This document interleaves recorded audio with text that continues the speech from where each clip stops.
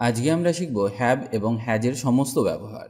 ইংরেজি বলতে গেলে কিংবা লিখতে গেলে হ্যাভ হ্যাজকে ব্যবহার করতেই হবে। অনেকেই এদের ব্যবহার সঠিকভাবে করতে পারেন না। আশা করি আজকের পর এদের ব্যবহার করতে আর ভুল হবে না। তাহলে চলুন শুরু করা যাক। হ্যাভ এবং হ্যাজকে সাধারণত দুভাবে ব্যবহার করা হয়। এক, কোনো কিছু আছে অর্থে, এবং অ্যাজ এ হেল্পিং ভার্ব মানে সাহায্যকারী ভার্ব হিসাবেও হ্যাভ হ্যাজকে ব্যবহার করা হয়। হ্যাভকে ব্যবহার করা হয় আই, ইউ, উই, দে। তাহলে আপনাকে মনে রাখতে হবে হ্যাভকে ব্যবহার করা হয় আই, ইউ, উই এবং দে এর সাথে। For example, I have a book. I have a book, আমার একটি বই আছে। আবার you have a book. You have a book, তোমার একটি বই আছে। তাহলে প্রথমে আমরা আয়ের সাথে হ্যাভকে ব্যবহার করলাম, তারপরের উদাহরণে ইউ এর সাথে হ্যাভকে ব্যবহার করলাম। We have a book. We have a book, আমাদের একটি বই আছে। They have a book. They have a বুক, তাদের একটি বই আছে। আবার উই হলো first person but plural number, কিন্তু দে হলো থার্ড পারসন প্লুরাল নাম্বার। তাহলে আমরা এখানে শিখলাম আই, ইউ, উই এবং দে এর সাথে হ্যাভকে ব্যবহার করব। একটু আগেই আমরা শিখেছি কোনো কিছু আছে অর্থে হ্যাভ এবং হ্যাজকে ব্যবহার করা হয়। যেমন আমার একটি বই আছে, আমার একটি গাড়ি আছে, আমার একটি ল্যাপটপ আছে, তার একটি মোবাইল আছে।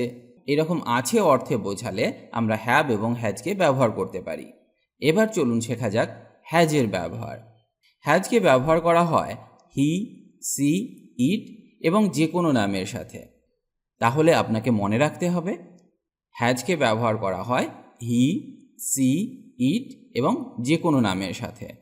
যেমন he has a book. He has a book, তার একটি বই আছে। She has a book. She has a book, তার একটি বই আছে।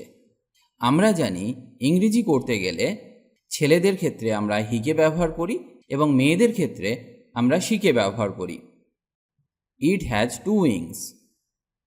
ইট হ্যাজ টু উইংস, এর দুটি ডানা রয়েছে। John has a book. John has a বুক, জনের একটি বই আছে। একটু আগেই আমি বলেছিলাম যে কোনো নামের ক্ষেত্রে আমরা হ্যাজকে ব্যবহার করতে পারি। এখানে জন হলো একটি নাম, সেই জন্য এখানে আমরা হ্যাজকে ব্যবহার করলাম।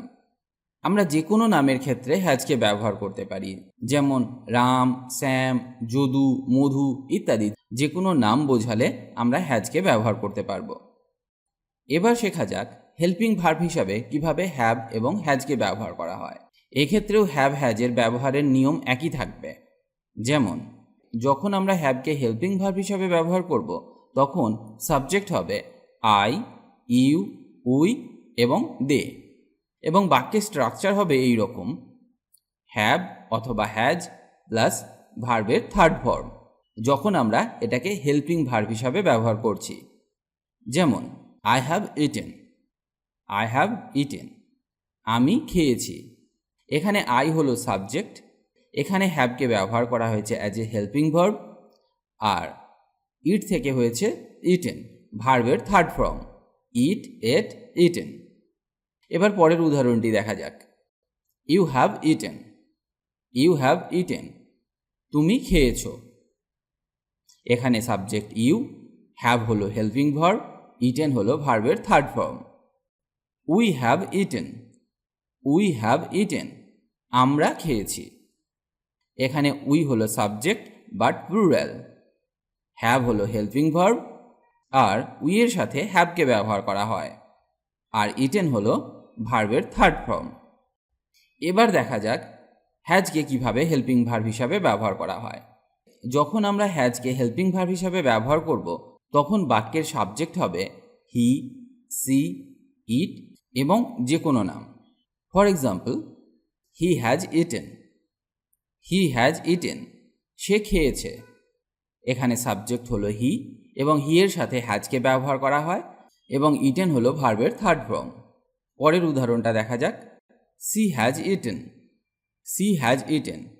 আমি একটু আগেই বলেছি যে মেয়েদের ক্ষেত্রে আমরা সিকে ব্যবহার করি এবং সি এর সাথে হ্যাজকে ব্যবহার করা হয়। সি হ্যাজ ইটেন, সে খেয়েছে। আশা করি আমি আপনাকে এটা শেখাতে পেরেছি যে কিভাবে হ্যাভ এবং হ্যাজকে হেল্পিং ভার্ব হিসাবে ব্যবহার করা হয় এবং কোন কোন সাবজেক্টের ক্ষেত্রে হ্যাভকে ব্যবহার করা হয় আর কোন কোন সাবজেক্টের ক্ষেত্রে হ্যাজকে ব্যবহার করা হয়। এবার আমরা শিখব উইল হ্যাভের ব্যবহার। যখন আমরা বাক্যে উইল হ্যাভকে ব্যবহার করব তখন বাক্যে আমাকে ভার্বের থার্ড ফর্মকে ব্যবহার করতে হবে। যেমন I will have eaten rice. I will have eaten rice. আমি ভাত খেয়ে থাকব। আমি ভাত খেয়ে থাকব। You will have eaten rice. You will have eaten rice. তুমি ভাত খেয়ে থাকবে। এক্ষেত্রে আপনাকে একটা জিনিস মনে রাখতে হবে, উইল হ্যাভকে ব্যবহার করা হয় সমস্ত সাবজেক্টের সাথে, যেমন I, you, we, they, he, she, it এবং যে কোনো নামের সাথে। এবার চলুন শেখা যাক হ্যাভ বিন এবং হ্যাজ বিনের ব্যবহার। কখন আমরা হ্যাভ বিন এবং হ্যাজ বিনকে ব্যবহার করব। তো প্রথমে জেনে নিই হ্যাভ বিন এবং হ্যাজ বিনকে ব্যবহার করলে সেন্টেন্স স্ট্রাকচার কীরকম হবে। আমাদেরকে সাবজেক্ট অনুসারে হ্যাভ অথবা হ্যাজকে বসাতে হবে, তারপর বিনকে বসাতে হবে, তারপর মেন ভার্বকে বসাতে হবে এবং ভার্বের সাথে আইএনজিকে যোগ করতে হবে। একটা উদাহরণ নেওয়া যাক। I have been eating for 1 hour. I have been eating for 1 hour. আমি 1 ঘন্টা ধরে খাচ্ছি। আবার একটি উদাহরণ দেখা যাক। You have been eating for half an hour. You have been eating for half an hour. তুমি 1/2 ঘন্টা ধরে খাচ্ছ। এই বাক্যটিতে ইউ হলো সাবজেক্ট, ইউ এর পরে হ্যাভ বিনকে বসালাম, মূল ভার্ব হলো ইট, তার সাথে আইএনজি যোগ করলাম, বাকি অবজেক্টকে বসালাম। তবে এখানে আপনাকে মনে রাখতে হবে বাক্যে যখন আমরা হ্যাভ বিনকে ব্যবহার করব তখন সাবজেক্ট হবে আই, ইউ, উই এবং দে। এটা আপনাকে খুব ভালোভাবে মনে রাখতে হবে। এবার শিখব হ্যাজ বিনকে কীভাবে ব্যবহার করা হয়। হ্যাজ বিনকে যখন বাক্যে ব্যবহার করব তখন বাক্যের সাবজেক্ট হবে হি, সি, ইট এবং যে কোনো নাম। একটা উদাহরণ দেখা যাক। He has been reading since morning. He has been reading since morning. সে সকাল থেকে পড়ছে। এখানে সাবজেক্ট হলো হি, তাই আমরা হ্যাজ বিনকে ব্যবহার করেছি। মূল ভার্ব হলো রিড, তার সাথে আইএনজি যোগ করেছি এবং তারপর বাক্যের অন্যান্য অংশগুলিকে বসিয়েছি। আশা করি আমি আপনাকে হ্যাজ বিন এবং হ্যাভ বিনের ব্যবহার শেখাতে পেরেছি। এবার চলুন শেখা যাক নেগেটিভ সেন্টেন্স বা নাবাচক বাক্য কিভাবে হ্যাভ বা হ্যাজকে ব্যবহার করে তৈরি করা হয়। প্রথমে আমরা শিখব হ্যাভ নট। তো হ্যাভ নট যখন বাক্যে ব্যবহার করব তখন আপনাকে একটা জিনিস মাথায় রাখতে হবে যে বাক্যের সাবজেক্ট এখানেও হবে আই, ইউ, উই এবং দে। উদাহরণ দেখা যাক। I have not eaten. I have not eaten. আমি খাইনি। শুধুমাত্র বাক্যে হ্যাভের পরে নট বসিয়ে আমরা এটাকে নেগেটিভ সেন্টেন্স তৈরি করলাম। আই হ্যাভ নট ইটেন, আমি খাইনি। আরেকটা উদাহরণ দেখা যাক। You have not eaten. You have not eaten, তুমি খাওনি। আমরা আগেই বলেছি ইউ এর সাথে হ্যাভকে ব্যবহার করা হয়। যেহেতু আমরা এটা নেগেটিভ সেন্টেন্স তৈরি করছি তাই এখানে আমরা নটকে বসালাম এবং ভার্বের থার্ড ফর্ম ইটেনকে বসালাম। তুমি খাওনি, ইউ হ্যাভ নট ইটেন। এবার দেখা যাক হ্যাজ নট। হ্যাজ নটকে যখন বাক্যে ব্যবহার করব তখন সাবজেক্ট হবে হি, সি, ইট, নেম, মানে যে কোনো নাম। যেমন he has not eaten. He has not eaten, সে খায়নি। এবার শিখব will not have. Will not have. Will not হ্যাভকে যখন বাক্যে ব্যবহার করা হবে তখন আপনি সমস্ত সাবজেক্টের সাথে উইল নট হ্যাভকে ব্যবহার করতে পারবেন। যেমন I, you, we, they, he, she, it বা যে কোনো নামের সাথে আপনি উইল নট হ্যাভকে ব্যবহার করতে পারবেন। একটা উদাহরণ দেখা যাক। I will not have eaten rice. I will not have eaten rice, আমি ভাত খেয়ে থাকবো না। এটা একটা ফিউচার টেন্সের উদাহরণ। আমি ভাত খেয়ে থাকবো না। I will not have eaten rice. এবার শেখা যাক have not been. Have not বিনকে কিভাবে বাক্যে ব্যবহার করা হয়। তবে এক্ষেত্রে সাবজেক্ট হবে আই, ইউ, উই এবং দে। একটা উদাহরণ দেখা যাক। I have not been eating for 1 hour. I have not been eating for 1 hour. আমি 1 ঘন্টা ধরে খাচ্ছি না। এটাও একটা নেগেটিভ সেন্টেন্সের উদাহরণ এবং এখানে আমরা হ্যাভ নট বিনকে ব্যবহার করলাম। এবার শিখব হ্যাজ নট বিন। যখন বাক্যে হ্যাজ নট বিনকে ব্যবহার করা হবে তখন সাবজেক্ট হবে হি, সি, ইট এবং এনি কাইন্ড অফ নেম। যেমন একটা উদাহরণ দেখা যাক। He has not been reading since morning. He has not been reading since morning. সে সকাল থেকে পড়ছে না। এখানে সাবজেক্ট হি, তাই আমরা এখানে হ্যাজ নট বিনকে ব্যবহার করলাম নেগেটিভ সেন্টেন্স তৈরি করতে। আশা করি আমি আপনাকে এটা শেখাতে পেরেছি কিভাবে নেগেটিভ সেন্টেন্সে হ্যাভ এবং হ্যাজকে ব্যবহার করা হয়। এবার চলুন আমরা শিখব ইন্টারোগেটিভ সেন্টেন্স, মানে প্রশ্নমূলক বাক্য। প্রশ্নমূলক বাক্যে কিভাবে হ্যাভ এবং হ্যাজকে ব্যবহার করা হয়। উদাহরণ দেখা যাক। Have I eaten? Have I eaten? আমি কি খেয়েছি? Has he eaten? Has he eaten? সে কি খেয়েছে? আমি প্রথমেই বলেছিলাম যে হ্যাভ এবং হ্যাজকে কোন কোন সাবজেক্টের সাথে ব্যবহার করা হয়।